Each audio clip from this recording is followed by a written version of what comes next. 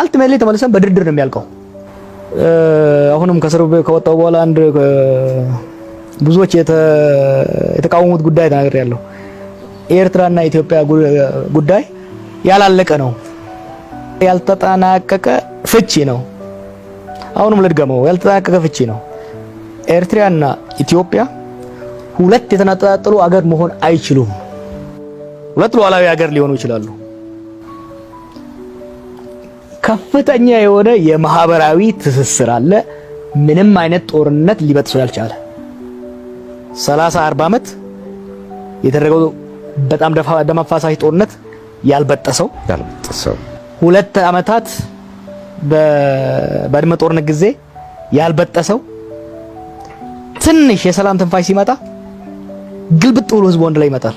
ሪሜምበር 2018 ላይ የኢትዮጵያ ያለው ህዝብ ግልብጥ ብሎ እዛ ሲሄድ አንደኛ ማንም የፖለቲካ መሪ ምንም ቢሞክረው ምን ደም ቢያፋስስ ሊቆርጠው ማይችል ብዙ ሰዎች አሁን ኤርትራን እንደ ሱዳን እንድናይ ይፈልጋሉ።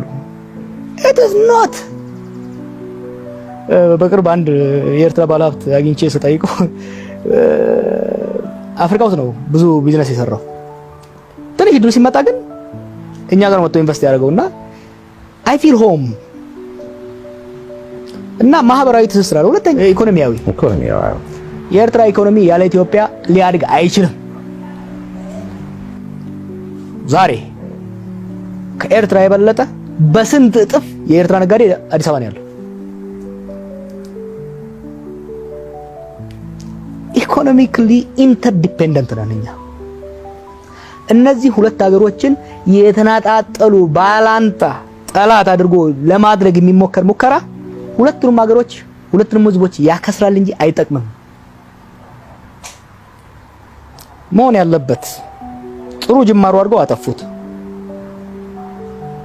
ፕሬዝዳንት ኢሳያስ ፈርማጆና አብይ ሲያደርጉት የነበረው ነገር ተቋማዊ ቢሆን ኖሮ ፕላንድ በሆነ መልኩ ቢሆን ኖሮ ለሶስቱም ሀገሮች ትልቅ ነበር። ወደፊት መደረግ አለበት። መጀመሪያ ያለብን ከፖለቲካ ዩኒየን አይደለም። እኔ እንደማስበው ሰዎች አሁን እንደሚሉት ኮንፌዴሬሽን እናርገው ምን እናርገው ኖ ኮንፌዴሬሽን ምናምን ስንል የስልጣን ሽኩቻ ይፈጥራል። ከዛ ይልቅ ከኢኮኖሚ እንጀምር። በጊዜያዊ ጣለው ሳይሆን የኛና የነሱ ኢኮኖሚ ቅድም እንዳልኩ በጣም ኢንተርዲፔንደንት ነው። ይሄ ኢንተርዲፔንደንስ ሁለቱን ሀገሮች ሊጠቅም በሚችል መልኩ በባለሙያዎች የተጠና በድርድር የተጻፈ ጠንካራ የኢኮኖሚክ ግንኙነት ንፍጠር። ኢኮኖሚካሊ ኢንቲግሬት እንዋሃድ። ኢኮኖሚካሊ በሂደት እንዋሃዳለን። በነገራችን ላይ 2-3 ዓመት አይፈጅም ለነዚህ ሀገሮች ኢኮኖሚካሊ ለመዋሃድ። ይሄን ኢኮኖሚ ደግሞ ለማስኬድ ኢኮኖሚ ውህደቱን ለማጠናከር የግድ የሴኩሪቲ ትብብር ደግሞ ይጠይቃል። ሴኩሪቲ ኮኦፕሬሽን ይጠይቃል። ሉክ ኤርትራ በጣም ስትራቴጂክ የሆነ ቦታ ላይ ነው ያለችው። ባለው ዲሞግራፊክ እና ኢኮኖሚክ አቅም ግን ቀይ ባህር ላይ ያላትን ጥቅም መቼም ብቻዋን ልታስከብረው አትችልም። this should be accepted። ማሲቭ የሆነ ኢኮኖሚ ኢትዮጵያ አለ። ማሲቭ የሆነ ፖፑሌሽን ያለው ትልቅ አርሚ ያለው ኢትዮጵያ አለ። ኢትዮጵያ ይሄንን አቅሟን ኤርትራን ቡሊ ለማድረግ ለማስፈራራት ሳይሆን ኤርትራን ለመደገፍ ኤርትራን ለማጠናከር ጠንካራ ኤርትራ ለጠንካራ ኢትዮጵያ ጠቃሚ ነች። ጠንካራ ኢትዮጵያ ለጠንካራ ኤርትራ ጠቃሚ ነች። የጋራ የሴኩሪቲ ትብብር በማድረግ የኛ የሴኩሪቲ ኃይሎች ተባብረው የጋራ ሴኩሪቲ ጥቅማችንን ለምሪፒት አሁን ጠቅላይ ሚኒስትሩ በቅርብ ያነሱት የሬድሲ ጉዳይ አለ። አነሳሱ ጊዜው ሌላው ሊያከራክረን ይችላል። ቁም ነገሩ ምንድነው? ኢትዮጵያ በቀይ ባህር ጉዳይ በቀይ ባህር ሴኩሪቲ ጉዳይ ከጎን ቁጭ ብላ ልታይ አትችልም፣ ልታይም አይገባትም። ኢትዮጵያ ግን የቀይ ባህር ጥቅሟን ለማስከበር ኤርትራን፣ ሶማሊያን ማግለል የለባትም፣ ማግለል የለብንም። ጥንቃቄ ግን የሚበጀው አንዱ ችግር የሚፈጥረው ምንድነው? በሁለቱ ከተማ ውስጥ ያሉት አስመራም ፊንፊኔም ያለው አመራር ሁሉ ምንድነው የሚያደርገው? አንዱ ያንዱን ተቃዋሚ በመደገፍ የሚያደርጉት ሂደት አለ። ይሄ ደግሞ ተቃዋሚዎቹ ደግሞ ነገ የማይቀበሉትን ፖሊሲ ሲደግፉት አለ። ልክ ህወሓቶች ከዚህ በፊት የኤርትራን ድጋፍ ሲፈልጉ ስለነበረ የወደብ ጉዳይ ወደ ጎን እንደተውት አሁንም ደግሞ አብይን የሚቃወሙ ኃይሎች ብቻ ኖ የወደብ ጥያቄ የባህር በር ጥያቄ በሁሉም ኢትዮጵያዊ አእምሮ ውስጥ ሲብሰለሰል ያለ የተቀመጠ ነገር ነው።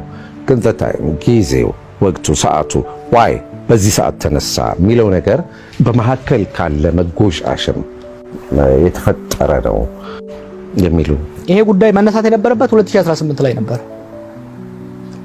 አስቀያሚ ጦርነት ተዋጋን።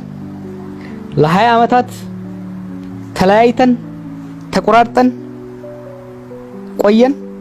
አዲስ አመራር መጣ። ሰላም ለማምጣት እድል ፈጠረ። ቁጭ ብለን መደራደር ነበረብን። የሁለት አመራሮች የሁለት ገዢ ቡድኖች መሆን አልነበረበትም፣ ወደፊትም መሆን የለበትም ነው። የኤርትራና የኢትዮጵያ ጉዳይ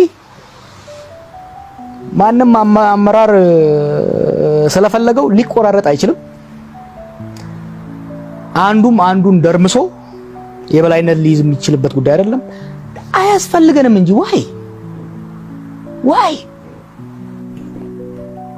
የወደብም ሆነ የባህር አክሰስ ኢትዮጵያ ስለተጠቀመች ኤርትራ ትጠቀማለች እንጂ አትጎዳም። ችግሩ እንደሚመጣው ምንድነው? በአመራር መካከል ቁርሾ መገፋፋት ሲመጣ እነኛን ለማስኬጃ የምናደርጋቸው አካሄዶች እሱን ነው ጉዳት ይፈጥራሉ።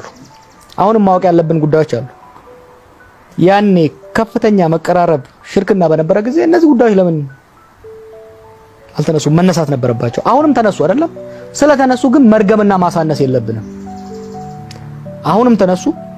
አላማው ምንም ይሁን ምን ሁለቱ አመራር ጦር ወደ መስበክ ሳይሆን ወደ መደራደር እንዲመጡ በውስጥም በውጭም ጫና ማድረግ። ጉዳዩ በሁለቱ ሀገሮች መካከል ያለ የብሔራዊ ጥቅም ጉዳይ ነው። በሁለቱም ሀገር መካከል አሁን ጊዜውና ያነሳሱን ብሂል ላንደግፈው እንችላለን። አጀንዳ ሆኖ እስከመጣ ድረስ ግን ማጣጣል፣ ማሳነስ ልንወያሻሽ አይገባም። ስለዚህ የሁለቱም ሀገራት ምሁራን እንዲሁም ደግሞ በሁለቱ ሀገሮች መካከል ሰላም የሚፈልጉ የውጭ ኃይሎች ማድረግ ያለባቸው ኦኬ አጀንዳ ሆነ አይደለም። ለምን ጦርነት መሄድ ያለበት? ምን ነው ኢትዮጵያ የምትፈልገው? ይቅረብ። አሁን ጠቅላይ ሚኒስትሩ ያነሷቸው ጉዳዮች አሉ።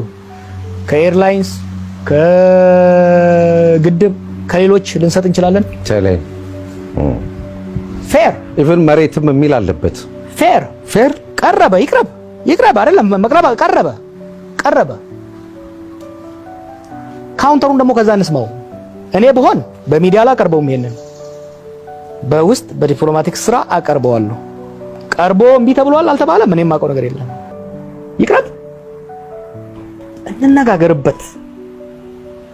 እስከ መቼ ነው ማንም እያጣላን ምን ቀጥለው?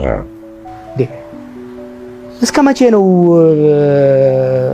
በጋራ ልንጠቀምበትና በጋራ ልናሳድገው የሚገባውን የጂኦግራፊክ ሀብታችንን እየተፋጠጥንበት ምን ቀጥለው? ግን እዚህ ላይ እኮ ጀዋር ሁለት የተምታቱ ነገሮች አሉ። አንድ በዓለም አቀፍ ሕጉም መብቱም የማግኘት መብት እንዳለን ተደርጎ ይሳላል። at the same time የማግኘት መብት እያለ ቅድም እንዳልከው ከግድቡም ከቴሌውም ከምኑም ኢቭን መሬትም ሰተን ቢሆን የሚለው ነገር ይመጣል። መብትህ ከሆነ ለምንድን ነው አብረህ ሀብትህንስ በመለወጫነት እንደ ገጸ በረከት የምታቀርበው? ሉክ መፍትሄው ሁለቱንም ሀገሮች መጥቀም መቻል አለበት። ሁለቱንም ሀገሮች ሁለቱንም ህዝቦች መጥቀም መቻል አለበት። የጉልበትን ጉዳይ ወደ ጉልበት ሳንሄድ መደራደር መቻል አለብን። ስለቀረቡ ነው በቃ ቀረቡ። እነዚህ አሁን ቅድም ያነሳናቸው ጉዳይ ቀረቡ። ፋይን። የአንዱ ወገን ላይ ቀበለው ይችላል፣ ሌላ ወገን ላይ ቀበለው ይችላል። እኔ ግን ያለሁት ምንድነው ወደ ጠረጴዛ እናቀርበውና እንደራደርበት። ቢዝነስ ዲስካስ እናድርገውና ዊን ዊን የሆነ ሁለቱንም ሀገሮች ሊጠቅም የሚችል ፎርሙላ ማግኘት ይቻላል። ጦርነትን ብንሄድ አልቲሜትሊ ተመልሰን በድርድር ነው የሚያልቀው። ያው እኮ ነው ወደ ጦርነት ብንሄድ ተመልሶ በድርድር ነው የሚያልቀው። ስለዚህ መብት ስለሆነ ብቻ ሄጄ አነሳዋለሁ የምትለው ነገር የለም። አይ ጂኦግራፊካሊ እኔ ጋር ስላለ ብቻ ለማንም አልሰጥም ብለህ የምትሄድ አንተም አትጠቀምም እኔም አልጠቀምም። ስለዚህ በዚህ ጉዳዮች ላይ እኔ የአድቫንስ ማድረግ የምፈልገው ምንድነው አጀንዳ ሆነ አይደለም። አጀንዳ ሆኖ ከመጣ አይቀር ዲስሚስ ዝም ብሎ ይሄ ለፕሮፓጋንዳ ነው ይሄ ለምንድን ነው እያልን ከምናጣጥለው አልተርኔቲቭ የሆነ ምን ቢሆን ነው ሁለቱም ሀገሮች ሁለቱም ህዝቦች ሊጠቀሙበት የሚችል ፎርሙላ ስምምነት ዲቨሎፕ ብናደርግ የተሻለ ነው ይመስለኛል። አለበለዚያ በየጊዜው የጦር መስበቂያ ወይ የውስጥ ጉዳይ ዳይቨርት ለማድረግ እየተነሳ ሁለቱን ህዝቦች የሚያከስር ጉዳይ ይሆናል። ለአንዴና ለመጨረሻ ተደራድሮ ውል አብጅቶለት መሄዱ የተሻለ ይመስለኛል።